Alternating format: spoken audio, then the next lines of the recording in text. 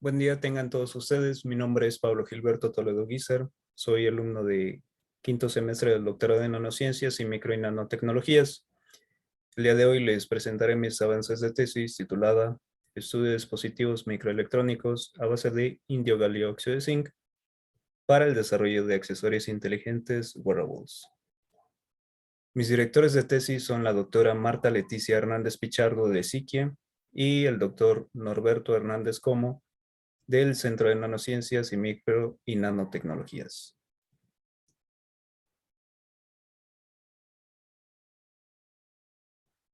La presentación constará de introducción, justificación, hipótesis, objetivos, metodología, resultados, conclusiones preliminares y cronograma de actividades. Los transistores de película delgada TFTs son dispositivos semiconductores de efecto de campo que cuentan con 3 terminales, con puerta, fuente y drenador.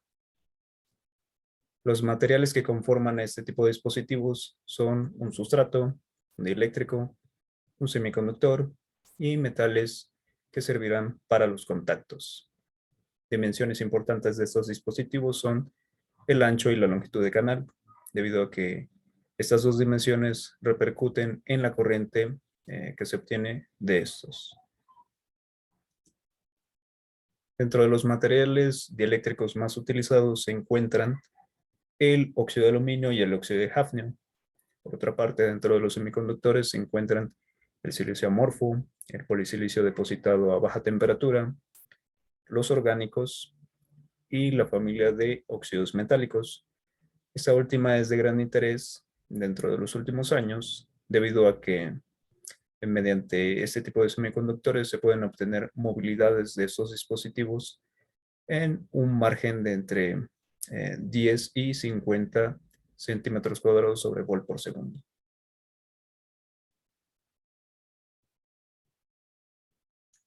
Dentro de sus aplicaciones se encuentran los circuitos integrados, pantallas de tecnologías, por ejemplo, AMOLED o AMLCD, y bien sensores. Para poder fabricar este tipo de transistores, se requiere primero depositar un metal sobre un sustrato. Este servirá como compuerta. Posterior a ello, deberá realizarse la fotolitografía para definir la forma o el motivo que tendrá esta compuerta. A continuación, depositar material dieléctrico, material semiconductor, realizar la fotolitografía del semiconductor, la fotolitografía del dieléctrico y finalmente depositar el metal que servirá para los contactos de fuente y drenador. En la parte derecha presento una imagen de cómo se ve el dispositivo en la parte superior.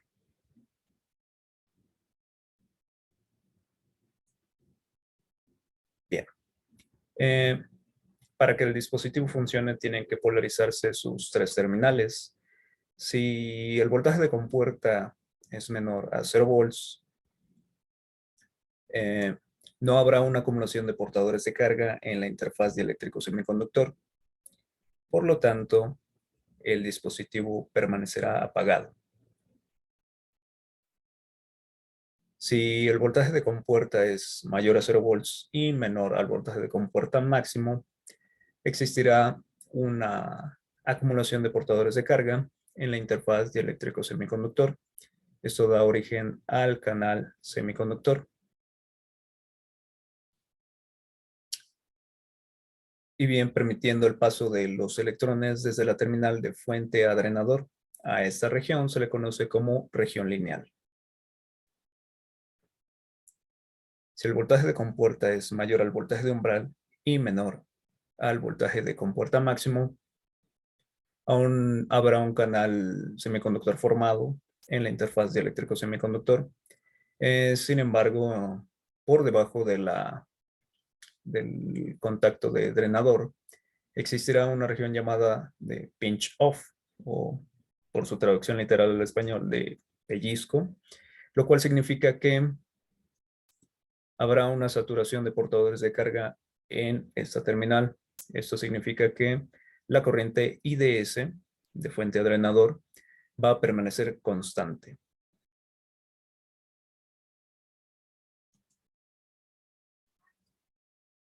Este tipo de curvas características de transferencia eh, no son importantes en la región de saturación, ya que es en esa región donde se obtiene la mayor corriente IDS. Algunos parámetros característicos de estos dispositivos son el voltaje de umbral, la movilidad en saturación, la pendiente subumbral y la relación de corriente de encendido y apagado.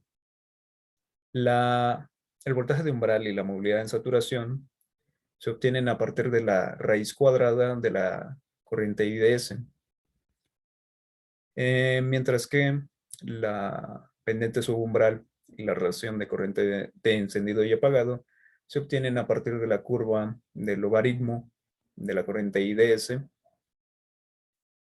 en donde la pendiente subumbral es un parámetro característico de importancia debido a que este valor nos puede dar una idea de qué tan buena es la calidad de dicha interfaz.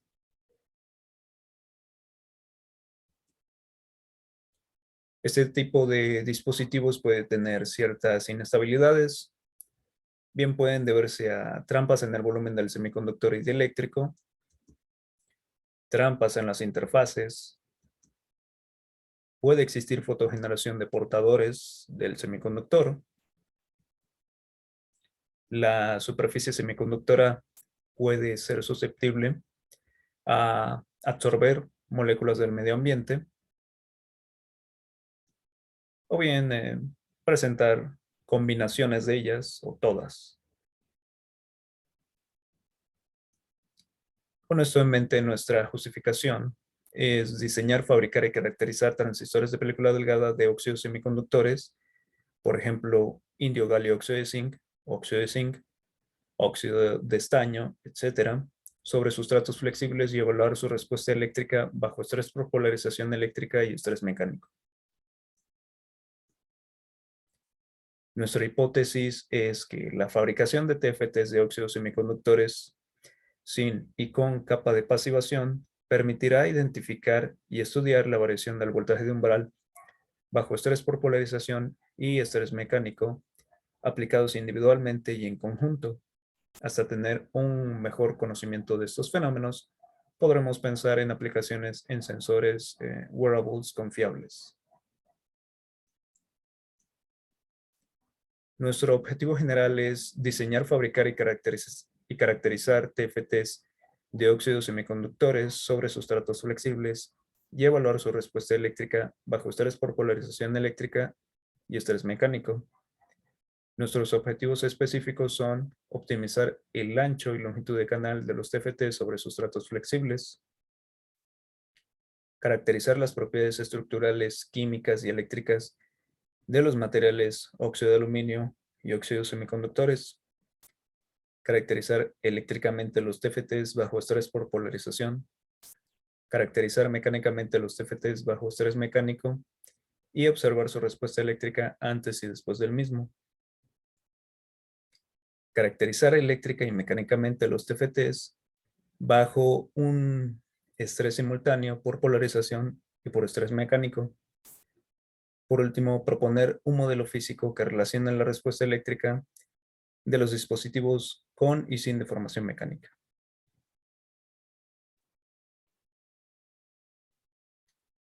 Nuestra metodología se divide en dos etapas. La primera corresponde a la fabricación sobre sustratos rígidos y la segunda sobre sustratos flexibles.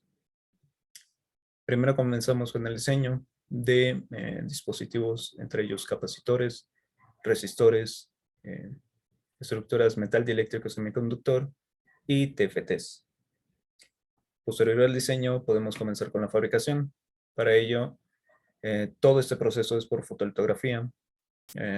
Comenzamos con un depósito de compuerta de cromo oro de 10 y 100 nanómetros respectivamente.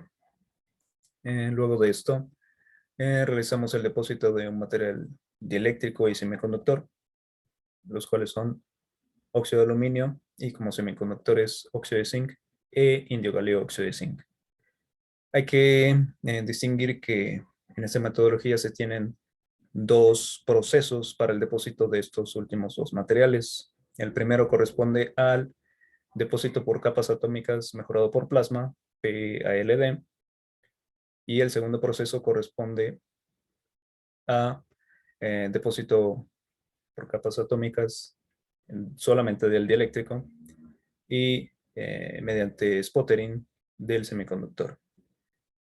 En ambos procesos se deposita sobre vidrio y sobre un sustrato flexible, en este caso polimida Kapton AHN.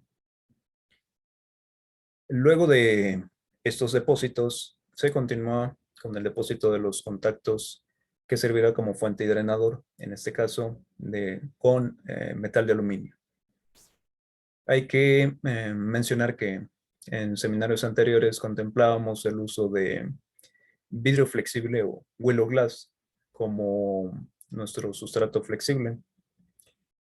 Sin embargo, en la práctica, experimentos realizados en el laboratorio del Centro de Nanociencias, observamos dificultades al utilizar este sustrato debido a que se fracturaba.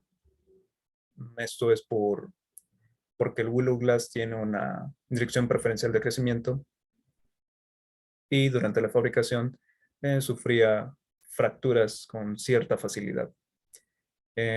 Tras esto y evaluando otras opciones que tenemos disponibles en el Centro de Nanociencias, optamos por utilizar polimida Kapton HN debido a que tiene ciertas propiedades que no son de interés, por ejemplo, su amplio rango de temperatura de transición vítrea que puede rondar entre los 350 y 400 grados Celsius. Es resistente químicamente hablando a los ácidos y solventes que utilizamos en la fabricación de los dispositivos, además de que puede ser doblado con mayor facilidad en comparación al vidrio flexible. Ok, continuando, pasamos a una caracterización eléctrica de los dispositivos. Por ejemplo, en los resistores y estructuras metal dieléctrico semiconductor obtenemos las curvas corriente-voltaje. De los capacitores obtenemos las curvas de corriente-voltaje, capacitancia-voltaje y capacitancia-frecuencia. A partir de los capacitores podemos obtener la constante dieléctrica, así como el voltaje de ruptura del material dieléctrico. Y esto nos da idea de cuál es el rango de voltaje que podemos aplicar en los transistores.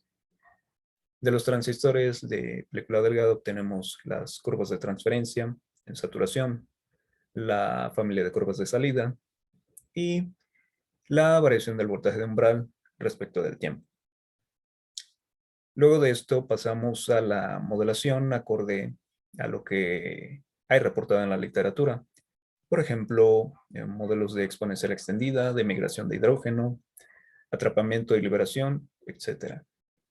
Luego de esto, vemos si los dispositivos tienen o no capa pasivante. Si no la tienen, entonces pasamos a depositar. Luego de esto, pues vemos si fue utilizado o no un sustrato flexible de polimida. De no serlo, entonces fabricamos sobre polimida para posteriormente finalizar con la caracterización mecánica, utilizando estructuras piramidales con radios de curvatura de 1, 2 y 4 milímetros.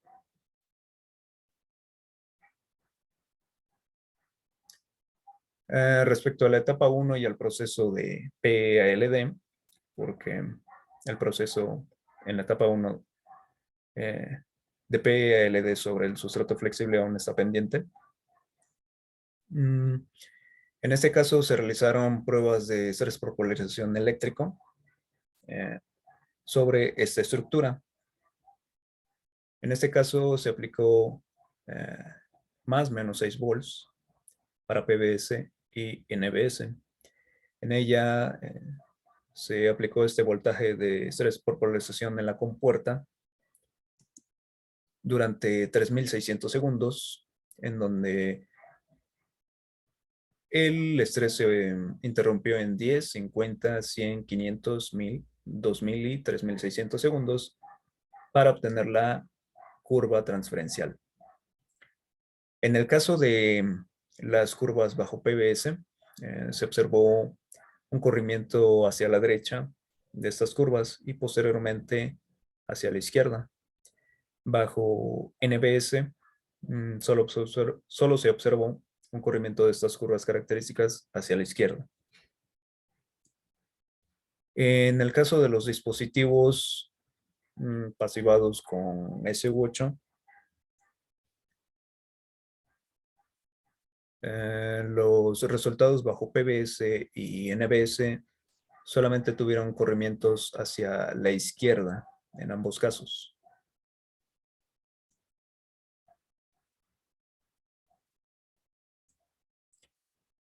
Bien, graficamos la variación de voltaje de umbral respecto del tiempo. En este caso, los resultados de los dispositivos sin pasivar bajo PBS tienen este comportamiento, donde el voltaje de umbral se va volviendo cada vez menos positivo durante los primeros 100 segundos y posterior a esto se hace cada vez más positivo. Acorde a la literatura, esto puede ser explicado a partir de la absorción de moléculas de agua y oxígeno. Durante los primeros 100 segundos correspondería a la absorción de moléculas de oxígeno en la superficie semiconductora, donde estas moléculas de agua donan electrones al óxido de zinc y hacen o provocan que el voltaje de umbral sea menos positivo. Posterior a estos 100 segundos y durante el resto del tiempo, ocurre absorción de moléculas de oxígeno, lo cual quita electrones al óxido de zinc y por lo tanto hace que el voltaje de umbral sea cada vez más positivo.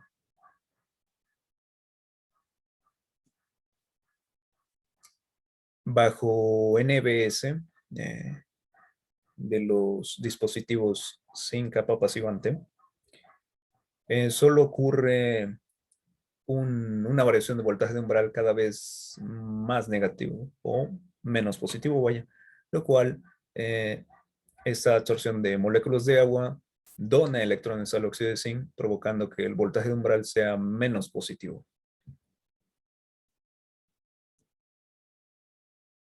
Lo mismo ocurre para los dispositivos con capa pasivante.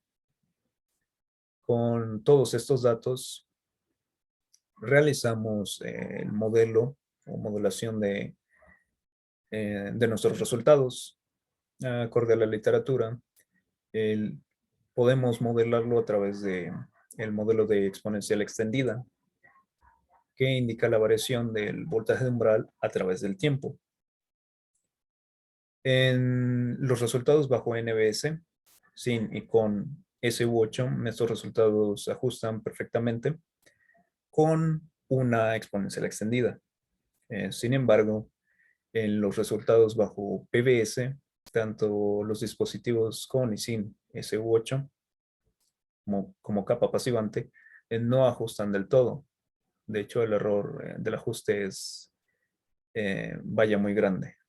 Por lo tanto, nosotros propusimos un modelo de doble exponencial extendida eh, para explicar dicho comportamiento, en donde la primera exponencial correspondería a la variación del voltaje de umbral durante los primeros 100 segundos, provocado por la absorción de moléculas de agua, mientras que la segunda exponencial extendida correspondería a el tiempo posterior a esos 100 segundos, en donde se tiene absorción de moléculas de oxígeno en la superficie semiconductora.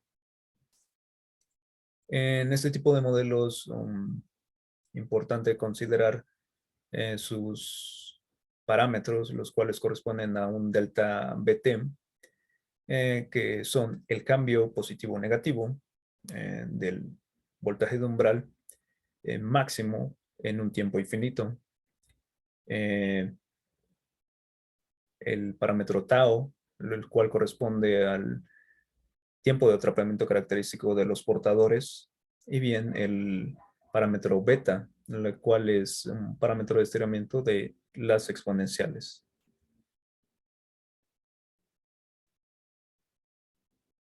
También obtuvimos las gráficas de pendiente subumbral con respecto del tiempo, tanto para PBS como en NBS. En el caso de la gráfica bajo NBS, con y sin SU8, esta variación de pendiente subumbral realmente no es tan grande en comparación a bajo PBS con y sin SU8, en donde dicha variación sí es mayor. En la literatura se ha reportado que una variación de voltaje de umbral acompañado de una variación de pendiente subumbral es una indicación de que en la interfaz de eléctrico semiconductor se están creando trampas, los cuales provocan dichas variaciones de pendiente subumbral. Por lo tanto, nosotros calculamos la densidad de trampas únicamente para las muestras bajo PBS con y sin SU8. En ella podemos observar que realmente existe una mayor densidad de trampas de los dispositivos pasivados. También obtuvimos las curvas transferenciales eh, con y sin SU8 y las curvas transferenciales de las mismas 24 horas después, tanto para PBS como para NBS. En ambos casos, en PBS y en NBS, podemos ver que existe una mayor recuperación de la curva transferencial original únicamente para los dispositivos no pasivados, a diferencia de los pasivados en donde esta curva transferencial no llega exactamente eh, a su característica de origen. También obtuvimos la comparativa de las curvas transferenciales y de salida con y sin capa pasivante de SU8. En ambos casos podemos observar que los dispositivos pasivados con SU8 tienen una mayor corriente de salida. De hecho, en las curvas de salida, en la familia de curvas de salida, esta corriente IDS es 10 veces mayor en comparación a los dispositivos no pasivados.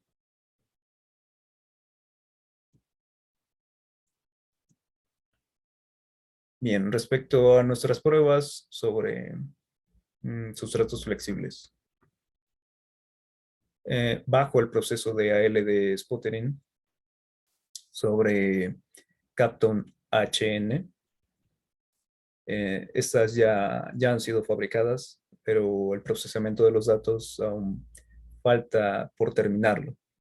En el caso de el depósito sobre vidrio, también ya está terminado, sin embargo, también se requiere de el procesamiento de los datos. Pero bien, aquí presento una imagen de la estructura de este dispositivo sobre polimida y a la derecha una imagen óptica de la vista superior de estos dispositivos donde indico las terminales de fuente, drenador y compuerta, así como la longitud de canal y el ancho de canal. En el rectángulo rojo indico en dónde está situada el área del semiconductor.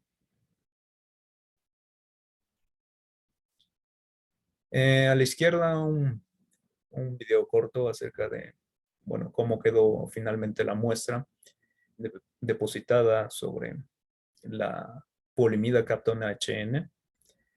Y a la derecha un ejemplo de las estructuras piramidales que nosotros utilizamos para realizar las pruebas de estrés mecánico. En estas también tenemos las estructuras piramidales de 1 y 4 milímetros. En la imagen se pueden ver las puntas que nosotros utilizamos para realizar las mediciones eléctricas.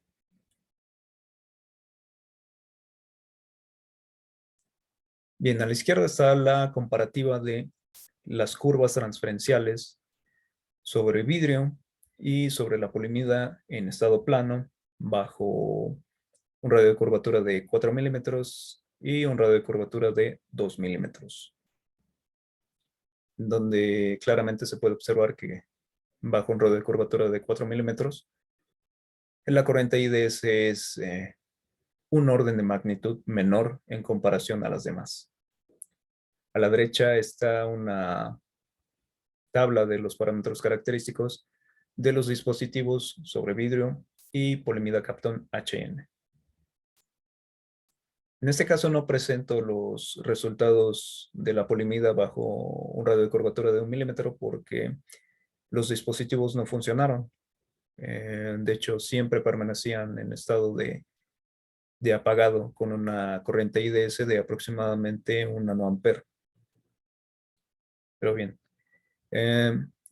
comparando los parámetros característicos de la polimida en estado plano y la polimida bajo un radio de curvatura de 4 milímetros, podemos observar una mejora de esos parámetros, ya que el voltaje de umbral es algunas décimas menor.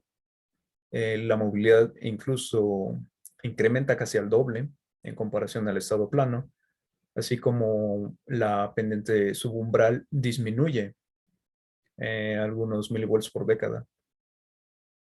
En contraste, claro, a la comparativa de la polimida en estado plano y bajo un radio de curvatura de 2 milímetros, en donde hay una degradación de estos parámetros característicos, porque el voltaje de umbral incrementa en algunas décimas, la movilidad en saturación decrementa en un orden de magnitud, más de 10 veces vaya.